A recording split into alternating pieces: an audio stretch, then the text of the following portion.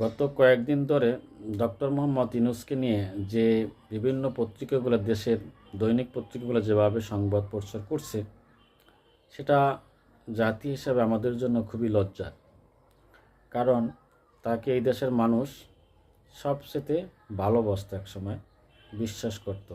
কিন্তু তিনি 18 মাস ক্ষমতায় থেকে যা করেছেন, নিজের জন্যই করেছেন, এই দেশের জন্য কিছুই করেন নাই। তিনি তার ব্যবসা বাণিজ্য, এই 84-85 বছর বয়সেও তার এত টাকার দরকার, এত ব্যবসা বাণিজ্যের দরকার, দেশের জন্য সে চিন্তা করলো না, চিন্তা করলো শুধু তার ব্যক্তিগত স্বার্থ নিয়ে। এই জিনিসগুলো না আসলে আমাদেরকে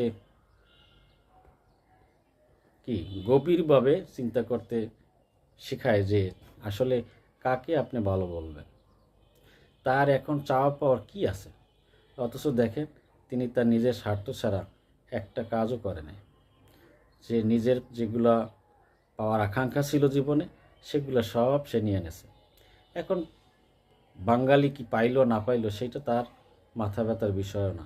দেখেন, এখন পত্রিকাগুলো যেভাবে তুলে ধরতেছে, অর্থাৎ সে নিজের জন্যই হয়তো প্রধান উপদেষ্টা হয়েছেন, তার নিজের স্বার্থ হাসিলের জন্য। অন্য কারোর জন্য সে প্রধান উপদেষ্টা হয় নাই। কী বলবো, যাদেরকে আমরা বাঙালি সাধারণ সহজ সরল মানুষ যারা বিশ্বাস করে, যাদেরকে বিশ্বাস করে, তারাই এই বাঙালি সহজ সরল সাধারণ জাতির সাথে একটা প্রতারণা করতেছে। এটা আর কতদিন? তার কাছ থেকে এটা অন্তত পক্ষে বাঙালি জাতি চায় নাই। তার পুরা পরিসরটাই ছিল এক প্রকার করাপ্টেড, অধিকাংশই।